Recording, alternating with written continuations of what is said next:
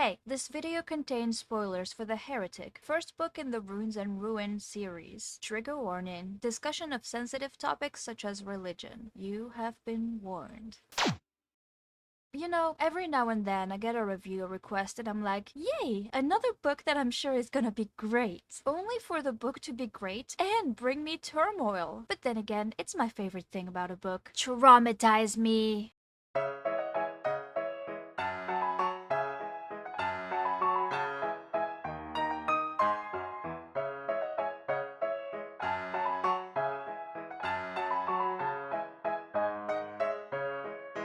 For the sake of making this review easy to follow and saving me a major headache, I will reorganize the timeline of the story in a more straightforward way. The book explores different points of view and jumps between past and present, and I decided that we were not doing that. You're welcome! We start with a prologue and it's fire. I mean it. There's fire everywhere right now, and a child is stuck under a big piece of rubble. His dad, Rowan, is desperate, and so am I. This is impossible. The baby is a goner. Oh, wait. Rowan seems to have an idea to release his son, Damien. Rowan cuts his arm off. 2 pages in and this is what we're doing. I see how it is. Turns out the ruling church is responsible for this. And this kind of stunt turned Rowan into a hardened atheist, whereas his wife, Dawn, remains a devout believer. How long will this marriage last? Place your bets. The threats are not only violent, they're out in the open. The church's highest ranked priestess, Joel, personally threatens Rowan in public. She promises him that if he doesn't stop his little rebellious acts against the church, worse than arson is coming for him and his family. Yikes. What could be worse than blazing hell? I guess we're about to find out, because Rowan doesn't back down. He hires Everett, the Ebony Reaper, his friend and most powerful Sabaton ever. Dawn isn't happy. He's putting all of them in danger. You can already see how enraged and obsessive Rowan is, to the detriment of the well-being of his loved ones. I understand the way he feels about the church's crimes, but when he turns his hatred towards the wrong people, when he disrespects his wife and her faith and tells her her goddess isn't real? No, sir. Nuh-uh. As High Priestess Joel is having public executions of non-believers, Dawn is targeted by a church minion. Oh, would you look at that? She was right about the whole dangerous part. No longer safe in the comforts of the big city, she decides to take her son and move to Dockside, the slums, where the church doesn't go often because why would it care for the poor? Aside from, well, you'll see. At first, Orion's like, she's my wife. She can't do this. What about my son? But then he realizes if Dawn and Damien are safe and hiding in Dockside, then he can go all out with his revolution. Joel and the church are counterattacking. It's time to stop them. We have a slight problem though. All the violent attacks in the world prove to be ineffective. The reason? The church's infallible security. We're not talking about regular guards or high-end weaponry. It's more of an aura? You cannot infiltrate a sanctuary without experiencing some of the worst pain that's ever existed and, well, dying. In trying to bypass the mysterious shenanigans, Rowan grows more and more ruthless as he doesn't hesitate to sacrifice his own followers in several attacks meant to inspire larger groups of people to join the cause. Everett is strongly against this, and although this is war and there's bound to be casualties on both sides, I get the sentiment because, well, so many people are dying. But moreover, for what? Countless failures on Rowan's part, years of revolution, and all attacks are fruitless. Nowhere near cracking the code to the super-duper church security system. What a loser. Meanwhile, Dawn is working her ass off to provide for her son. After all, father is too busy playing pew-pew with the church. Alex, the foreman, babysits Damien. Oh my goddess! A good father figure? A green-looking flag of a husband material? Look at him slowly bring faith back into Dawn's heart, who's turned away from Ahura? Aura. Yeah, because of the church's questionable actions. As someone who has lost her faith along the way for similar reasons, I find this beautiful. I could never. Seeing all this, Dawn does something commending respect. She stacks a pile of divorce papers on Rowan's desk. I have a right to see my son. You're taking away my father's rights. Blah, blah, blah, blah, blah. And amid Rowan obviously forgetting his father's responsibilities, he finds time to mock Dawn for still believing in the church's diktats. But no! Dawn is turning her back on the church, but still believes in Aura herself. This is good enough to Rowan, I guess, because he accepts to sign the divorce papers on the condition that he be able to, finally, provide for Damien with, and I quote, "the best kind of education." Dawn is suspicious. Are you feeling suspicious? I am squinting my eyes over here. Sketchy, but deal. Alex falls victim to the slum tax for the second time, it seems. Now, the first time I saw this term, slum tax, I thought it was the type of tax that you and I know, the kind that's ruining everybody's life. Big chunks of money deduced from your paycheck for the benefit of higher entities that are already swimming in unholy amounts of wealth. But maybe a bigger chunk is taken from the slums because the people there are poor and filthy and we don't like them as much as their peers living up in the city? But no, guys, the slum tax is a military draft. The church scoops up every single boy that looks remotely old enough to go and fight its needless wars. Alex survived once. Surely he'll survive again? Yeah, you don't believe it either, do you? Dawn over here must feel it too, especially since she now has 2 sons to take care of all by herself. Again, I could never. Damien is one smart cookie and years later makes it to Tunbridge, the most prestigious school there is. He's happily flaunting around his acceptance letter when pounding comes from the door. FBI, open up! Templiers are here to collect their slum tax, but we're okay, right? In this household, we have a woman, exempt, a student, exempt, and a boy that's way too young, exempt. We are not okay, it turns out. Damien immediately gets dragged outside. He's already humiliated enough in the middle of the crowd, but then a priest appears out of nowhere and goes, What's that? You, ugly little low birth. You think you have privilege? So Damien is stripped naked, and a priest makes him repeat that the only reason he's exempt from the draft is because he's a cripple and therefore is unfit to serve their great empire. Ah yes, extra crispy, flavorful, seasoned ableism. Love to see it. I think I would have given up forever had this happened to me. But Damien is resilient. He lives with his mom and little brother in the smallest hut there ever was, gets entertainment at Inez's tap room, and attends college. He does go to Tunbridge, despite being put down by literally everybody in that upper side of town. From the freaking receptionist at the lab entrance, to teachers, fellow students, and priests. Because of course the church has control over the school. Damien works on his thesis, how to activate constructs from a distance. Rune magic doesn't allow it when, logically, it should. Ned, his brother, poses as his page. Cool, we're cool, right? Wrong! Professor Miss Ma'am thinks the thesis subject is stupid.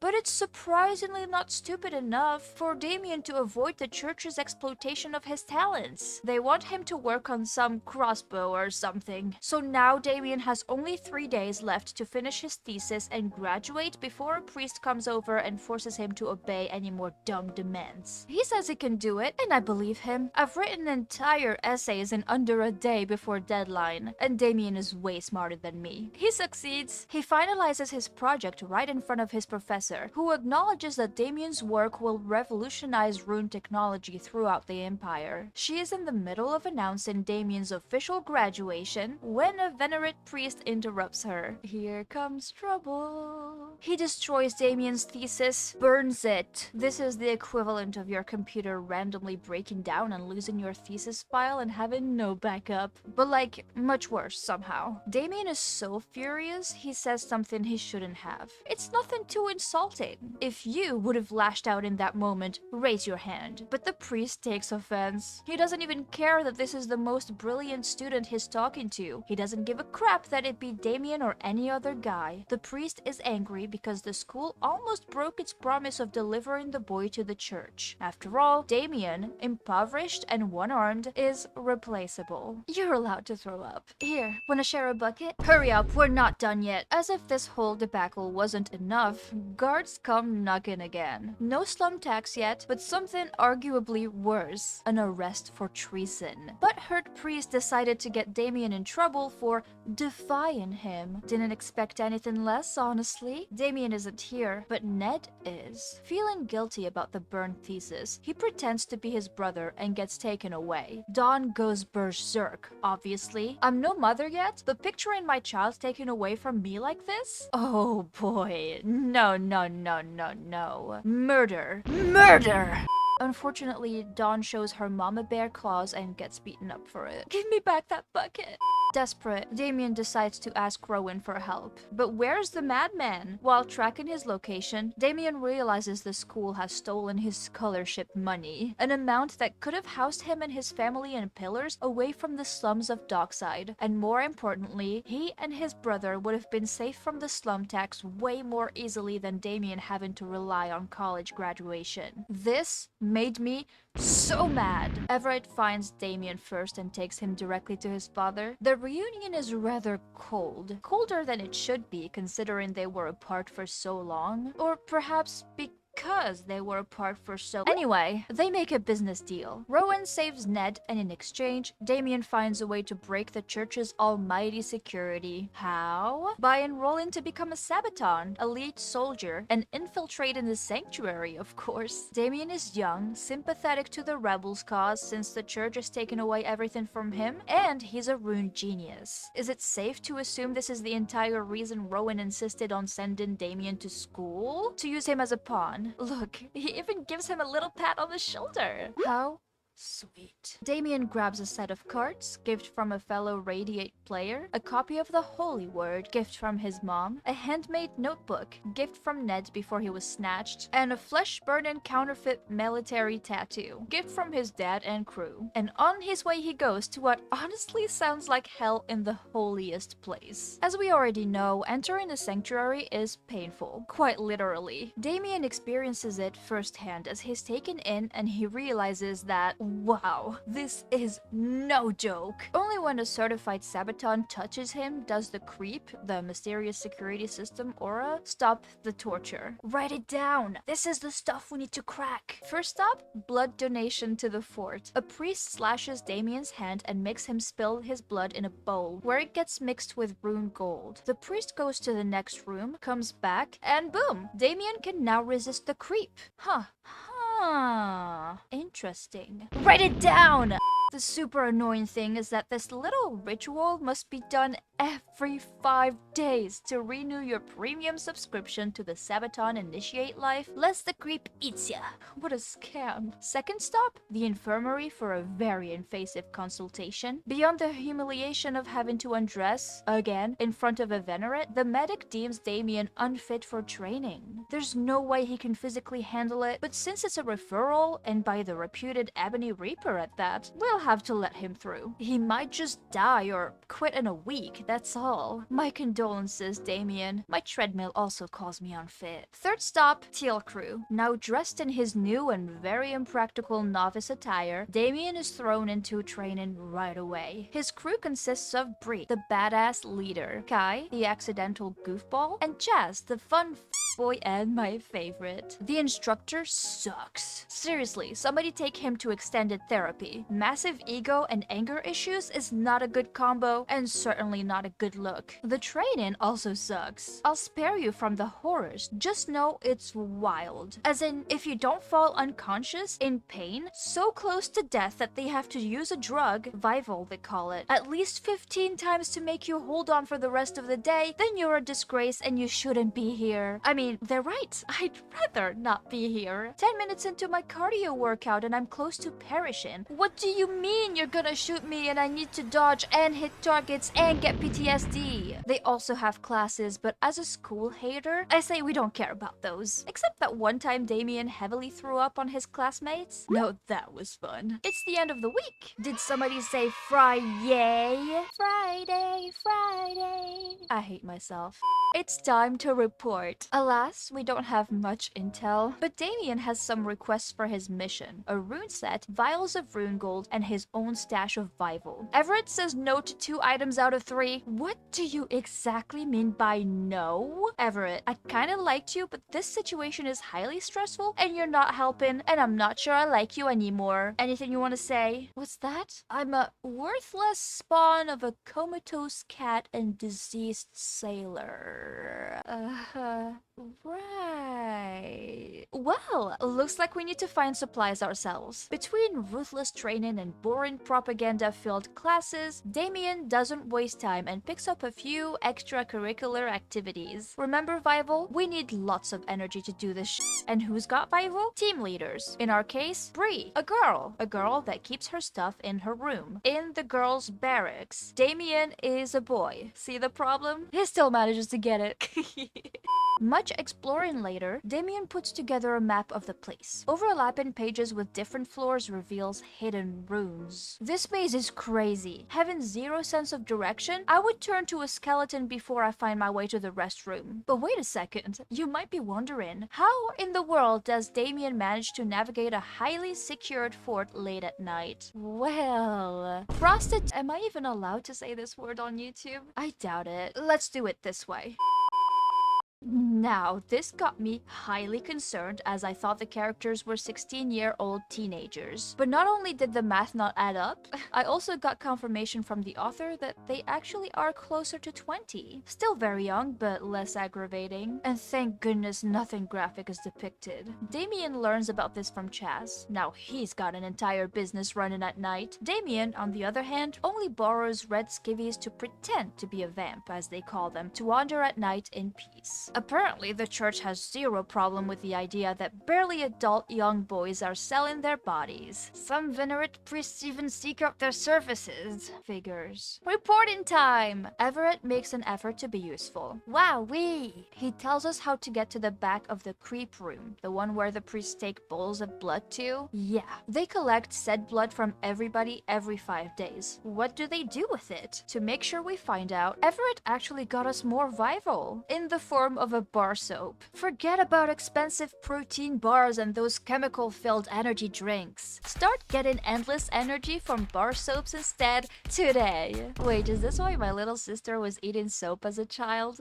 Courtyard, middle of the night. Apparently there's a tower in ruins, and for some reason, it's the right direction to potential answers. Damien jumps down the hole with only a rope protecting him. The athletics, dude! Remember, he's doing all this with one arm, and with one arm, he manages to crack the code. That's right, he gets to the back room, perfectly times his infiltration, and makes a rubbing of this weird engraved rune circle on the floor. The collected blood is spilt on it, and then the owner of the blood is immune to the creep for 5 days. So this circle, whatever it is, must be the answer. Now this is huge. Damien gathered extremely precious information here. He even tests the rubbin. It activates. It works. Surely this will be enough for Rowan to go release Ned. Wrong! Everett says the runes didn't allow them to break into a sanctuary.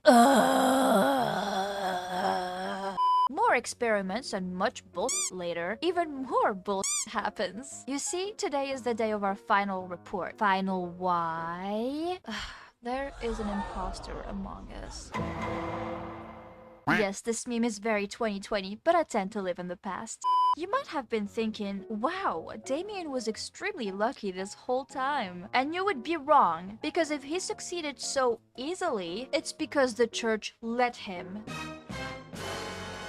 You heard me. For quite some time now, the priests knew that Damien was a spy, and they planted misleading intel for him to find. But Damien got a bit too good, and he eventually finds legit top secret stuff. And so he begs Everett to just run, because this is bad. Everything is bad. Only to be captured by venerates. And what does Everett do? He watches, like, oh man, this wasn't supposed to happen. And then continues watching. I'm officially depressed.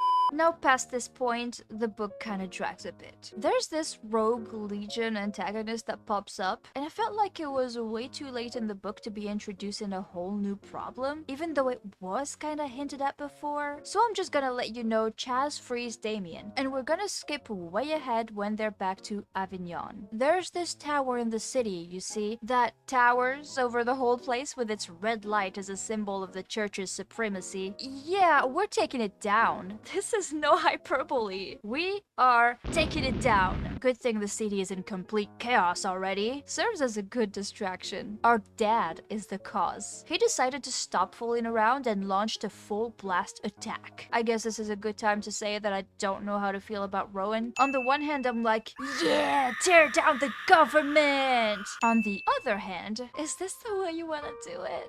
I suppose I share Everett's stance on this, even though him playing double agent makes me shake my head in disapproval. Oh hey, since we're on Everett's topic, did you know he has a tapeworm infection? Not really, but he does have a very strange condition. So Everett has this little quirk throughout the whole book, that of consistently being hungry and eating these ration bars that he carries everywhere. It made my eyebrow perk up a little bit, but I brushed it off eventually, and I was wrong. It's cause Everett has a literal parasite living rent-free in his body from which he draws energy like Vival. What the actual dude? While I'm staring at the page, bewildered, Miss Joel is lighting herself on fire?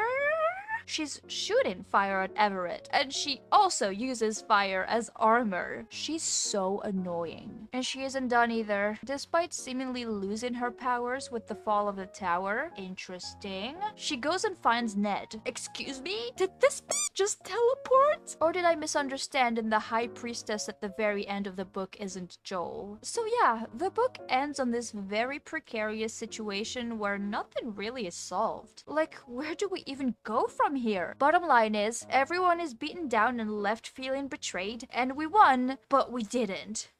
The Heretic. Can we talk about the title? The Heretic is Damien's favorite card to play in the Radiate game. It is also a quite obvious link to his rebellious actions against the church. I love the double meaning here. I think what I liked the most about this book is how relatable it felt when it came to characters and societal matters. Damien's struggle to be taken seriously and to fit in, Bree's Hermione syndrome, Kai's determination and silliness, Chaz's laid-back attitude despite his worries, Everett's torn attempt at doing the right thing but failing, Dawn's faith crisis, even Rowan's obsession to right a wrong. Not gonna lie, it's a bit uncanny. When it comes to the whole religious aspect, I suppose you often see these organizations villainized in fiction. And I want to say, for a reason. I don't want to speak on the author's behalf or anyone else, but a lot of people, me included, have an immensely horrid religious history. So one could potentially find the church as depicted in the Heretic cartoonishly evil, but it certainly resonated with me in my personal experience. I try avoiding sensitive matters online, but I guess feel free to threaten me with eternal hell if you like. Not only have I heard it enough and got my one-way ticket to the devil's lair, but thank you for also proving my point. Anyway, just thought it was important to mention, and please feel free to discuss in the comments. Respectfully, I